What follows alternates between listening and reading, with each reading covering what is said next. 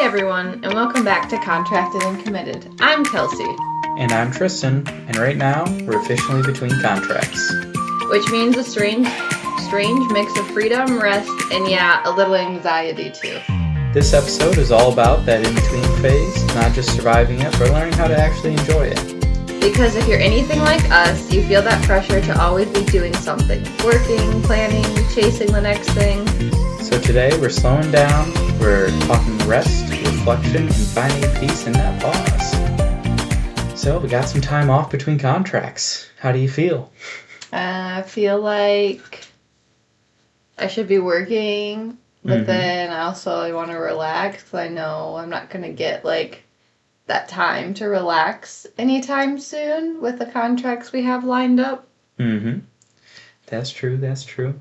You definitely find it difficult to relax, it seems, because even though you're between contracts, I'm still working. So now you're just home and you're bored, trying to find stuff to do and not panic that you're not doing anything. Yeah, try to fill my day, but then by the end of the day, I'm like, oh my gosh, I wish I just would have just sat and did nothing too. But then when I do that, I feel guilty for doing that. So it's a double-edged sword for me, but... Yeah, you gotta enjoy the slow down moments. Yeah. Because a lot of times between contracts we are at the farm, and I think you just bug your mom because you're just like, could I be doing something? Could I not be doing something? Or you're like, oh, does my mom want me to do something? Yeah. Or not want me to do something? And it's just like, no, nobody wants you to do anything. We want you to just sit down and take a breath. Yeah, that's take hard, a nap. though, for me. Yeah, I'm not a nap person. Never was, never will be. Not my thing. But when you have time off, how do you feel? When I have time off? I feel like I never take time off unless you have time off. Yeah, that's true. But I enjoy time off. I sit there, I relax. I'm very good at relaxing, unlike some people. Yeah, you are. You don't feel bad about it, where I do. Exactly. I feel like I've earned that time off. It's like I've built it up for a reason, so now I get to enjoy it. Yeah. I feel like I would enjoy it more if, you also had your time off, too, so we could go do something. Or, spend it together, you know. If we took it off at the same time, which we do sometimes, depending on the contract and how long we have between each contract. Yeah. You took a little bit of time between, but not, 1 or 2 days, maybe. Not very much. Yeah. But also, I hate taking time off between contracts because I like to continue to have a paycheck, because then I feel bad if I don't have a paycheck, because then I'm more likely to go out and buy things when I'm not working, and then it's just Which is pretty counterintuitive. You're like, okay, I'm not working, so now I'm going to buy things. But when you are working, you're like, I'm never going to buy a thing in my life. But it's always good to have a good savings that we've built up and kind of have planned for that way, even if we don't have something lined up right away. It's not like we're in trouble by any means. No. I just think I get bored, so that I'm do all the things I have been putting off. I need to buy this or that, and then I just go down a rabbit hole of... It's like, oh, that would be nice. I add it to my Amazon cart, send it to Tristan. Yeah. No, I usually just put it in my favorite list, and then if people are like, oh, what do you want for your birthday or Christmas? I'm just like, here it is. Or if I'm just like, oh, I don't really need that anymore. I like to put it on there and then wait, and if I still like it within a certain time frame, then I feel okay buying it. But if I look back at the item and I'm like, well, I don't really need this, then I feel better about buying it instead of all of a sudden...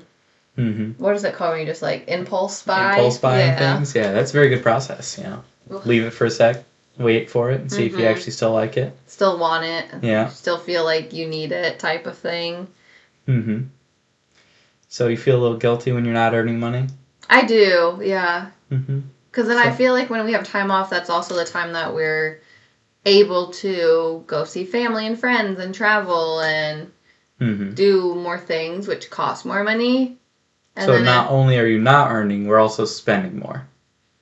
I don't know if we are, but probably. Probably, I'd say, typically when we have that time off. Because we do try to do things, because when you're working in your normal contracts, it's not like you get PTO, where you can really go out and do things, unless you're working a school-based contract. where you have allotted weeks that you have off, you know? Yeah, because of holidays. But some states do earned sick time, I've learned, so I have been racking up some sick time. Well, that's nice. But is it sick time or is it PTO? I think it's called sick time. Okay. But I don't know really what it all yeah. I mean, I'm just not going to probably use it unless I am dying. That's just kind of probably what's going to happen, you know? So what does it feel like to you when you're between contracts? Like, what goes through your head? How do you validate yourself? How do you make yourself feel good? Like, how do you stay in rhythms? How do you make sure you're up to snuff for your next contract? That kind of stuff. Yeah, I guess I try to, like, still get up at a decent time and go, like, for my routine, go to bed at a decent time, and, like, have my morning routine that I normally do. You know, I sit at my computer and, like, research different things, not just for, like, the next contract, when you're trying to organize everything, but also, like, if we're planning on going into a trip or those types of things, I try to get on that so Tristan doesn't have to do that type of stuff. So you still make yourself productive during these times off so you can feel better about yourself. Yeah, I make myself productive so I feel better about myself for sure. Do you think that's a good thing to feel? Where it's like, oh, I always have to be doing something or else I'm not worth anything or something like that? I think there's pros and cons to it. I think that's just how I've grown up, and my family is also very much in that mindset too, which being an outside to other people doing it, it's kind of frustrating because you can tell that they're like getting, I don't know, overwhelmed. And you're just like, just stop. And they're like, no, I have all this stuff to do. And then, I don't know, it's kind of like, I do the same thing. Yeah, it's so easy to tell other people, just stop. But when it comes to doing it yourself, you're like, no, I gotta keep doing things too. Yeah, because I've been spending a decent amount of time prepping for this next contract and making sure everything's, you know, because it's quite understandable. Yeah. And it's quite the transition because you go from like constantly working 40-hour weeks, even longer sometimes depending on the contracts. Yeah. And then it's just like, okay, everything stops for like the next week, 2 weeks between contracts type thing. So it's the super go, back to slow. I also feel like there's this like thought of the unknown. It's like, I don't know what this next contract's going to be like. Am I going to like it? Am I going to hate it? Are they going to like me? Am I going to walk in there and they're going to throw an eval at me at 9 a.m.? Or are they going to be like more slow into it and then I'm like dying to actually like get more involved, you know? There's like two ends of that. So it's just kind of like not fear of unknown, but like excitement of the unknown. But then that like sometimes I compulsively and obsessively think about that, and then I'm like, stop thinking about it. Like, it doesn't matter. I can't change what's going to be, so why waste time to think about it? Seems like we go through a pretty consistent emotional roller coaster with you between contracts. It's always like, okay, I'm ready to relax for a second. That lasts for like a day. And then you're like, okay, I got to prepare for my next contract and make sure I'm still up to snuff for everything. And then you start worrying, oh, is it going to be any good? Oh, here are the negatives that could be about it. Oh, here are the positives that could be about it. Okay, I'm excited for the next job in a new place. And then it's like, oh, but I don't know anything. And they haven't organized anything for me yet. So really, and that's pretty consistent between every contract. So it's like, okay, yep, here comes the mode where it's like, okay, we don't know what it's going to look like, so we're going to freak out about it a bit. Okay, we don't know if they have all the paperwork in. Let's freak out about that. But then it ends up being good. It's like, okay, now we're excited for it because we have our new place picked out too. It's like, oh, now we're excited to go to our new place. And we have the highs and the lows and back to the highs and back to the lows. The super roller coaster that feels like that in-between week. Yeah. Pretty consistent. But I don't know if I would rather have that with the traveling that we do, or if we would be content and feel better if we had like a full-time position and it was just so boring. I don't know. What do you think that transition is going to be like? It's going to be so hard, I think. Like, okay, I'm putting roots into a place and I'm growing in a place rather than growing from being in different places. Yeah, you know? I don't know. I'm scared for it, but it's inevitable. Like, it's going to happen. Like, we're going to eventually settle down. Like, this is not our forever plan to travel. Mm-hmm. So, I don't know. I don't know. It's scary to think. I just hope I don't make the wrong choice of a full-time position. I don't. You also know that it's not like you're truly stuck in a full-time position if you choose one. No. Yes, it might not look the best if you like leave within a year, but if it's like truly an awful full-time position, don't sit there and just be awful for the next decade. Yeah, that's very true. But I don't know. What do you think it's going to be like when we settle down into a place? I feel like my life honestly won't change all that much. It's just going to be, how are we going to make sure that you're still stimulated in your profession and like continuing to grow? Which I think you've talked about how you wanted to go to like more, what are those events called? Conventions and like stuff like that. In-person ones, yeah. It's hard to do it when you're traveling, do in-person ones. And I think a full-time place where we end up settling down might be more inclined to be like giving you time to go and do those things, to go and learn extra things to bring back to the clinics. So. And I want to get my PCS too, my pediatric certification specialty license. So like want to start working on that and taking that test, which will be nice. Just to feel a little bit more, I don't know, more into my profession and specialty. Going to get more deep instead of more wide. Because I feel like with travel, you get very wide. You get a lot of views of a lot of things. And then you get to put your finger in each one of these pies. But eventually, once you settle down, you're going to be able to eat the whole pie and try to get like deeper into it, Yeah. I feel like with me, though, just doing pediatrics, I'm a little bit more, it's like, I'm only eating apple pies. You're like, I'm trying 6 different apple pies instead of blueberry and pecan and rhubarb. It's a good analogy. Yeah, definitely. Because my contract right now, the person I'm taking over for, she's retiring, and she's been doing this job for 40 years. And I'm just like, dang. Yeah, imagine doing something for 40 years. I can't. That's just like... I mean, I'm coming up on 8 years for my work. That's crazy. Does it feel like 8? No. Honestly, it feels like maybe 3. Okay.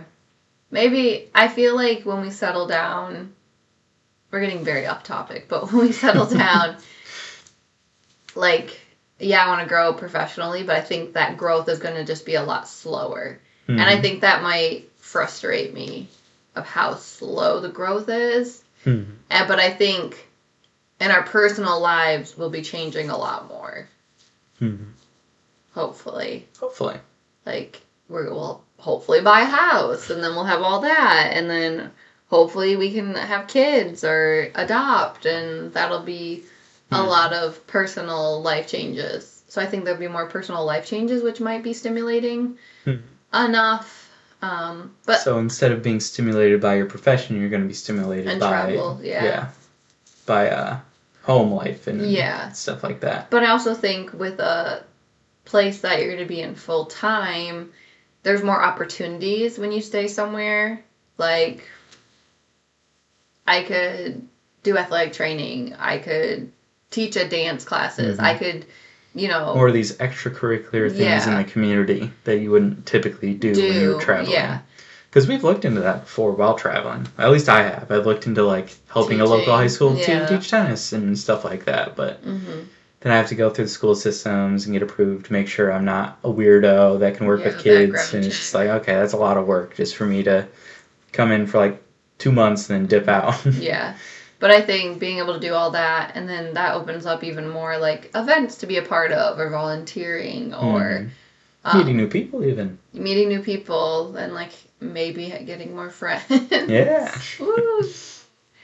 So it's good. It's just different. I think that it's not going to be changing so quickly. It's going to be, like, a slower change. And I think that might be, I don't know, different, but also good. But we're getting kind of off topic. Yeah, back to the topic at hand. Quick refresh. Let's go back to... We're talking about the in-between and how we deal with that. What do we think about traveling when we have the in-between time for our traveling contracts? So I love this, but the last place we're at was North Carolina, and we drove back to Michigan. And after that drive, at first we were like, oh, we're gonna like stop and like sightsee, and we're gonna stay one night. Yeah, we had planned 2 days of driving. Yeah, and then the closer it got, I was like, I just want to get home, back to Michigan, so we can like see family, relax, have time. So I feel like there's part of me that's like, oh, it'd be so fun to like, let's go to a state that we might not get opportunity to during it, or even other countries, but that would be a little bit harder for time. Yeah. Yeah, but then also money. Like I'm not making money, so it's hard to go do those things. Or at least convince ourselves to do those things. Yeah, convince myself, because I feel like if we had our loans paid off, I'd be more inclined, because we'd be having lump sum of money collected already, but because everything that we earned is going straight to the loans after our expenses are paid, then I just feel like we don't have any play money. I feel like if we had play money... Like all our play money is loan money right now. Yeah. Which is good, because we're getting it paid off pretty quick. So that's always a positive, but... Yeah. So it does take time. Yeah. Think of how exciting it's going to be once it is paid off. I know. We'll be able to go from that to maybe a mortgage. Woo! And then it's like the same thing all over again. Oh, gosh. Yep. Hopefully we can get it paid by next Christmas. That's my hope. Next Christmas. Not this Christmas. Yeah. Christmas 2026. We'll see for sure. That's like... Probably earlier than that. Yeah, I'm hoping to be earlier than that, but that's like my worst case scenario. It better be done by 2026 of December. Gotcha. Hopefully like July 2026 would be kind of nice too. But... So, in our between times, what kind of keeps us consistent with us in those between times? Like our So relationship? like little rituals that we might do, or little like consistency things that we have that goes on. Yeah. Because the first thing that pops into my mind is working out, because we're on a pretty consistent working out plan. Yeah. So it's like we still try to do that even though we have that week off, and trying to still find a local place to be able to get into and actually continue our workout plans. When we're at the farm, we had to drive, 36 to 40 minutes to a Planet Fitness? Yep. And it's like, fuck. Like, that was not fun, but we did it, and I think that is... Going to the gym is something we do. We try to, like, play games or something. Take Izzy on walks. Yep. Or just hang out with Izzy. Hang out with each other. Watch, like, a show. We're not really big, like, movie watchers because I'd fall asleep. Yeah, you do fall asleep almost every time we watch a movie. Yeah. Even if we watched 2 episodes of a show, you'd be falling asleep. That's very true. A tired girl, I guess. But those are, like, the main things we've been doing. We haven't really been, you haven't really been golfing too much. Not since we moved from North Carolina. North Carolina, I think, might have just been kind of an exception because it was so easy to get out every day. Yeah. Compared to here when it's just a lot busier, and my life is a lot busier, and our lives are busier, and timings have been off, so. Yeah. Because I would like to go walk with you, but then it's like, would I rather just go for a run real quick or, like, actually spend an hour and a half walking? I don't know. Which one... Do you want me to walk with you at the golf course every time you go, or? It truly doesn't make a difference to me. Like, because sometimes I just like throwing in my headphones, playing some music, and just letting it roll. So that I'm not, like, stressed out about the people around me or having to pay attention about anything that isn't just, like, me and golfing. So it doesn't help our relationship, is what I'm saying. I mean, when we were down in North Carolina, I think it was really nice to have you for a lot of those times, but then eventually I could tell you just got bored with it, and you were just not interested in being there, and you're just like, I'm just here out of obligation to get a walk in. Yeah, pretty much. I just need to get back into, like, cardio running or jogging or something, but we'll see how that works. But yeah, I do like to, like, read books, and you like to read books or listen to books.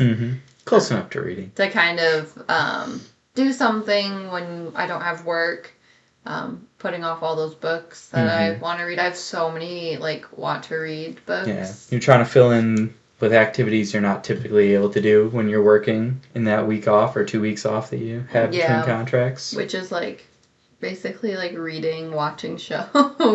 Visiting with people. Yeah, visiting That's with a big people. one, I try to, yeah. My brother and sister-in-law are, like, pretty close to this contract of ours, which is nice, so... they want to go and do like a monthly game night, and I was like, okay, that sounds fun. We can do that. We just did one last weekend, and we took her out for her birthday to an escape room because we really enjoyed those, and I think she wants to like do more escape rooms. I'm like, oh shoot, like I don't think I want to do like every month an escape room. I mean, there's not enough escape rooms to do that because they don't change them that quickly. But it was really fun. We played some games, so yeah. Eat some. It'd also be nice because we're so close. It's not like an overnight commitment to go and do like these things, that we're just able to kind of pop over there, be there for a few hours and go home. And just have like an entire next day where we're waking up in our own house and being able to move from there. So. What about you? What do you like to do for activities when you need to have time off and then we're not doing anything? I mean, honestly, the time off between contracts, I don't have off. I'm just working still. It's just regular workout days for me. Oh, wait, like, what's your activities that kind of, like, reset you? Oh, definitely golf, 100%. Golfing? I wish I could play more tennis, but it's harder because you have to, like, get another person to play tennis Unless you have, like, a wall ball. Yeah. But even then, that's not the same as just going out and playing or just hitting with someone. Even if I had, like, a machine, that'd be fun. But we wouldn't be able to travel with a machine, so that isn't realistic either. Yeah, no. So we travel with your chair, and that's enough. Yeah. I'm allowed one big item, apparently. It's not... well, it's big, but it's also just, like, wonky. Awkward. Yeah, wonky, awkward. Same thing. Yeah. That's probably, like, the main things. And then I like visiting friends when we're able to be in the area. Because when we were in North Carolina, it's like I couldn't really visit my friends. Everything was just online when talking with them. So being in an area where it's like they're within 30 minutes to an hour, it's like, oh wow, that's crazy. Yeah. You can actually like see them. You're a real person. Let me touch. Yeah, you are going to take some time off though and go see your friend down in Vegas. So yeah, that'll be fun. Yeah. I'm excited for it. Hopefully you have a good time. Hopefully I'm okay by myself. Oh, I'm sure you will be. You're a smart, hardworking, intelligent woman, and you got a dog to protect you. Someone pulled into our neighbor's thing. She didn't even notice until they were leaving. And then she started barking today. Yeah. So... she tries her best. Maybe I'll just head to Jared and Nikki's. So reflecting on some past contracts, what felt good? What drained you? What lessons did you learn for your next contracts? I don't know. What drained me? Negative people. Yes. I had one recently that there's so many negative people. And I just like... It's crazy for me to say that. Yeah, it is. I'm just like, oh my gosh. It was really funny every time you came home and you're just like, yeah, they're just negative the whole time and they're just not saying anything positive about anything. I'm like, yeah, that's crazy. Imagine someone not saying any positive things. And it's like, that's something that you have worked on, and now I think you're able to see in other people like this type of negativity, which before I think you might have like fed into the negativity when we were really early in our relationship. Yeah. But now you're like more positive outlooks on most things, so then you notice these other negative things, so it kind of shows how much it weighs on someone. It was pretty bad. Also, like, people not respecting others, too, is, like, wild. Like, I had a coordinator that had no clue who I was, I don't think. I was, like, helping other people and other activities that were happening, and they needed somebody to go cover for a teacher real quick or something, and so my partner in crime that I was helping was told to go there and me to continue the activity, and I flat out told the coordinator no. That's not my job. I said, no, that's not my job. And she didn't like that, and she said, hello, my name is so-and-so, and here at this establishment, we help one another. And I was flabbergasted. I'm like, what do you mean? It's like, I've already been helping. I'm like, do you even know who I am? I guess not. It was just there's a lot of great people at that last contract. Just not higher up great people. They had no clue about anything. And then everybody, like the paraprofessionals were great. Most of the teachers were great. The other therapists were good too. So it's like, geez Louise. I think most jobs are just all right, but I think the people around you in those jobs can really be the make or break thing. It's like, if you have good people around you, you will look forward to going in and doing your work and getting stuff done. Yeah. But if you have bad people around you, it just makes a job truly just worse and worse every day. Yeah, so I think those are the big things, the people that can drain you. What feels good? Is it like kids saying they're going to miss you and stuff like that? The kids. Some, like, paraprofessionals, teachers, they all, not all of them, but there are a lot of them, especially the last contract, were like, oh, you're going to come back? I really liked you, and you were great. Like, you know what you're doing, and are you sure this is the first time you're in this district? And I'm like, wow, that says a lot about this district. So it feels good being wanted at places that you go and just kind of, like, are thrown to the wolves at.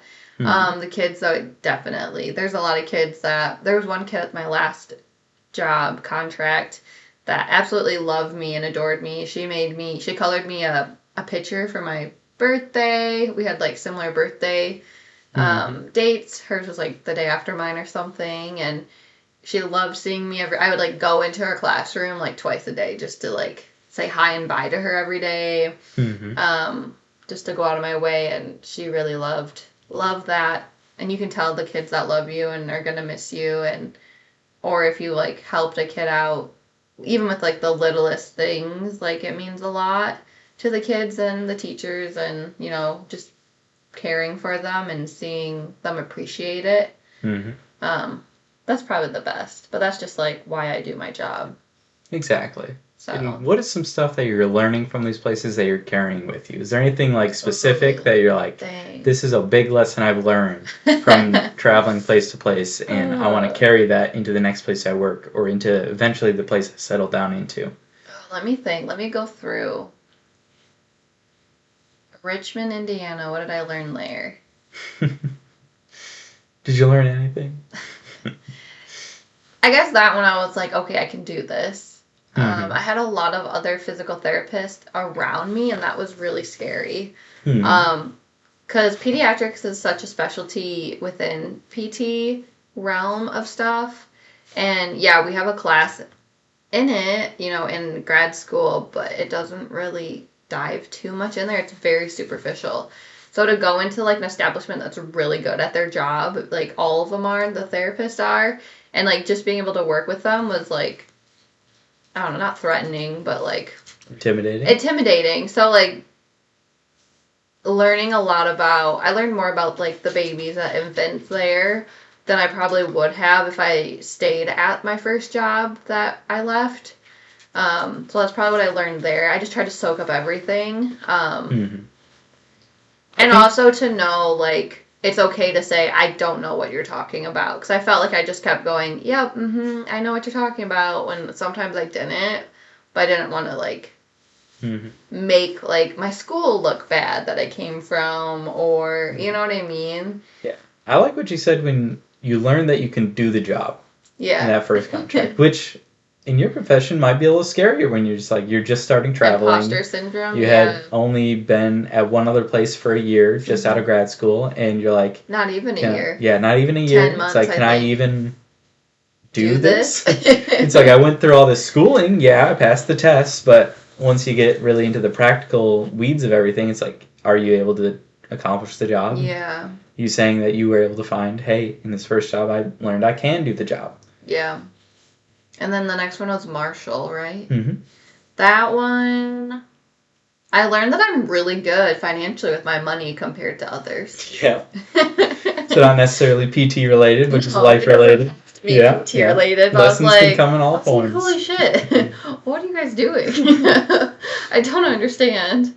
Let me think of it, if there's anything pediatrically. I was just so focused on our wedding, to be honest, that I was like... let's just make it through, try our best. I used a lot that I learned from Richmond at that place, for sure. That's the one that threw me in at my first day, 9 a.m. evaluation.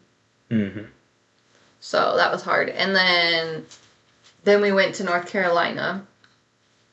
That one I think I learned that like school-based more than what I thought I would. Mm-hmm. I just like the hours, the time you get off, and it's more like family-based. Like, mm-hmm.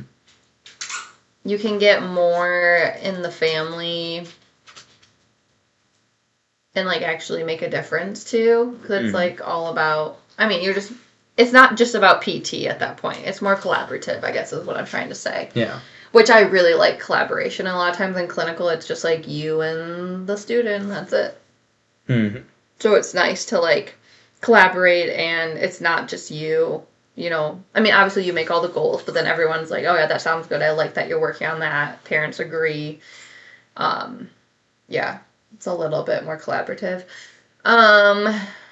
Also learned, like, I could do it again. Yeah. In a different state, in a whole different setting. And then Dearborn, I did ESY. Early school year. It's extended school year. Extended school summer year. School, basically. What did I learn there? That the people make the position sometimes. The people make the position sometimes, good or bad. Physically, for physical therapy stuff, sometimes I learned, like, less is more sometimes. We weren't trying to do anything crazy. It was only 5 weeks, and my brain was like, Kelsey, just stop. Like, you don't need to, like, make a difference. Or we're not going to make too much of a difference. Like, it's fine. See the kids you need to see. Do what you can with what they come to you as in that day, and that's that, you know? Mm-hmm. So... And then now we're here in Owasso, so we'll see how that one goes and what I learned. Yeah, this one. New lessons coming your way. Yeah, I'm sure I've learned more than that, but those are, like, the main ones I can think of. What about you? Did you learn anything? Did I learn anything? I learned I could play a lot of golf in North Carolina. It gets really humid there, and the bugs are big. In Richmond, yes.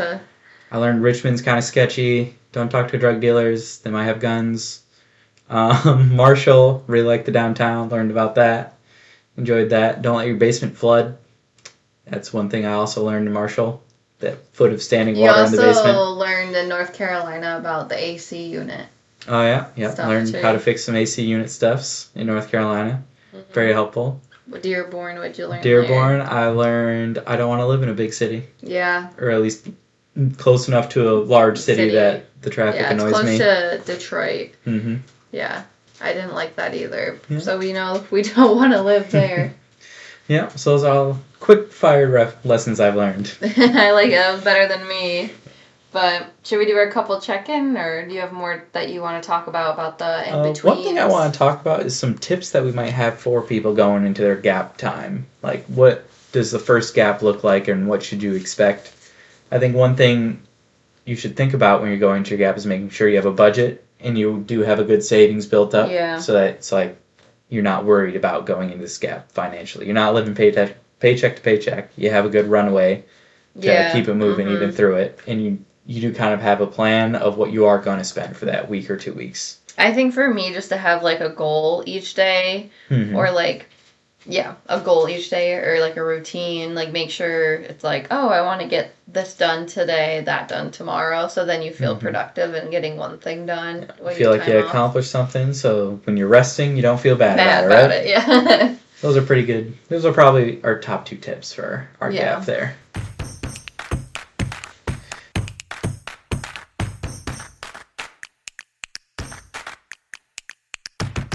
So if you could do anything with this in-between time, no budget, no pressure, what would you pick? I'd want to say to travel the world, but kind of sounds like a lot of planning. Mm-hmm. So maybe just relaxing with friends or family and just, like, just seeing where we go, just kind of, like, driving around and see what happens. But traveling the world would be so fun, though. Or just, like, go to Alaska, Hawaii, the ones that, like, states that we really want to go to and we don't know if we're going to have the opportunity to go to in contracts. Yeah, or it's unrealistic, like, logistically to do contracts there. And then for me, if I could do anything with the in-between time, it would probably be, I don't know, just visit friends. That's, like, the big thing. Friends and family. I just want to spend a couple days with each. That way it lets my social battery recharge for jumping into the next place. That's true.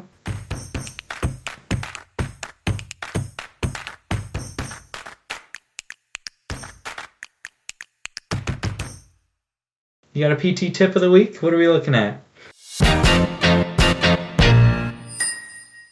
All right, travel PTs, this one's for you.